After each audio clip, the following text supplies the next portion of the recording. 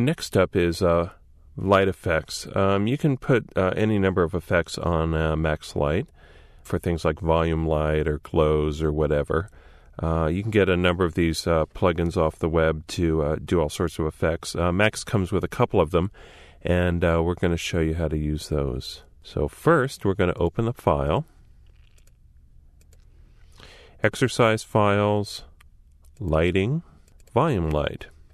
Which is pretty much the first thing we're going to do is create a volume light. So let's go ahead and render that scene and just see what it looks like plain.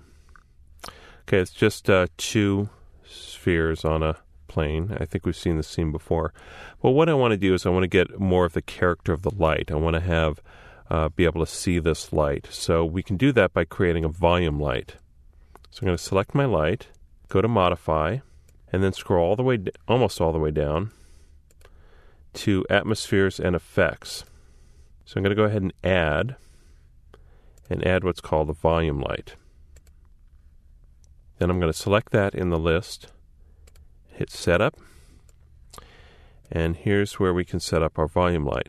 Now, we've already picked the light, and we can give it a color and an attenuation color. So let me go ahead and give it a color. I'm going to go ahead and maybe give it kind of a yellow goldish kind of color. And in fact, let's just do a quick render and see what that does. Wow. Well, that's pretty intense. But you can see exactly what it's doing here is it's creating a nice volume for the light. So what we can do here is we can actually bring down the density quite a bit. I'm going to bring it down to maybe 1.5. Do a quick render. It looks a little bit better. So again, that gives us much more of the character of the light. We see what the light can do. Now we've got a number of different options here. This is like the maximum amount of density, minimum amount of density, that sort of stuff. Shadows. Shadows are kind of nice because if you have shadows on your light turned on, I'm going to move this up here. I'm going to select this sphere and move it up. And if you have shadows turned on for your light, it'll also shadow the volume as well. And you can control that here. You can have low. For example, let's say if it's low, see it's not that good. Or you can have high. Or you can use the shadow map from your light. And because it's a fairly narrow light, it's going to work just fine with the S&P light range, which is the default. Now, the other really cool option here is called noise. Now, we can turn noise on, and we can give it an amount, anywhere from 0 to 1. So I'm going to kind of give it a number, I don't know, maybe 0.25. See, what it does is it gives it a little bit more randomness to it. In fact, let's go ahead and bring it up a little bit more. Bring it up to 0.5, and you'll be able to see it a little bit better. So it's giving kind of a random quality to the light. Now, this doesn't look quite like smoke, but probably the best one, you can either do fractal or you can do turbulence. I like turbulence a lot because that really does look a lot like smoke. So now this is kind of in a smoky room here. You can also do stuff like put wind on the light. So you can have wind from the right, give it a little bit of strength there. And that'll help animate it as you go through it. You can actually animate the smoke. And these are all your standard noise thresholds, that sort of thing. So that's the basics of volume light.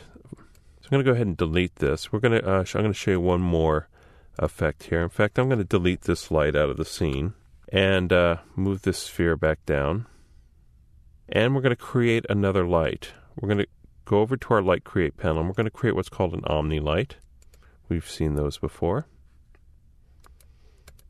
And I'm going to go ahead and move that fairly close. I want this actually in the scene here.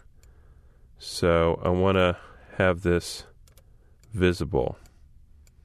So with this Omni light, I'm actually going to turn on my decay and bring it down just a little bit because I just want it to be just to light that part of the scene. In fact, I can bring it down just a little bit more. Okay, so now I've got this Omni light lighting the scene. And if I want, I can turn on shadows, just like I've done before. What I want to do is, as I render it, though, I can't see this light. I don't know where this particular light is. There's an easy way to do that, and that's by doing what's called a lens effect. Now, this has been in Max for years, and probably some of you are familiar with it. But it's actually a pretty good way to do things like glows and that sort of thing. So I'm going to select Lens Effects, add that as my atmosphere and effect, highlight it, and do Setup. Now you've got a number of options here. First thing you can do is you can add anything from a glow, ring, ray. You've got all these different types of effects you can add. Glow is probably the most popular. And then you have options for intensity, that sort of thing, as to what you want to glow. You also have things called globals, so you can have size and intensity, that sort of thing. But let's go ahead and just do a quick render with the default settings and see what happens. Well, there we go. See, so there's our light, and now we can actually see the light, and the light is actually affecting what's in the scene. So that's actually pretty cool. Now, if we want, we can dial down the intensity if we don't want it so big. Or we can make it bigger, and we can make the actual glow itself smaller. So make it just as bright, but just smaller. And you've got all sorts of other things. You can use the source color of the light. So if you want it white, if not, you can do all sorts of different colors. You can make the outside of it yellow, and maybe the inside of it, kind of a whitish yellow, or maybe make this one, make it fade off to like almost a purple, whatever you want. So you've got a lot of control over that. Now, one thing that's really nice is that sometimes your scene takes a long time to render. So what Lens Effects has in it, it has this kind of quick render option. So you can just update your effect, and it'll just show you what the effect is. Because what it's doing is it's actually compositing this glow onto the scene after it's rendered. So, for example, if I wanted to add, for example, a star pattern here, I could just update my scene now, and I can see what my star pattern is. And then I can go down to my star pattern and say, okay, here's my intensity. Let's say instead of 6 rings, I want 20 rings. How big do I want it? The taper of the rings, so on and so forth. There's all sorts of ways to, and then you can just update the effect. Or if you want, you can click Interactive, and then as you dial it down, you could say, okay, I want that many. And you can just really play with this. It's really kind of fun. So you can play with your width, and so on and so forth. And so, again, you've got all sorts of different options here that you can play with. And you can stack these and have all sorts of effects. So that's just another way you can add effects to lights and show them up in the scene.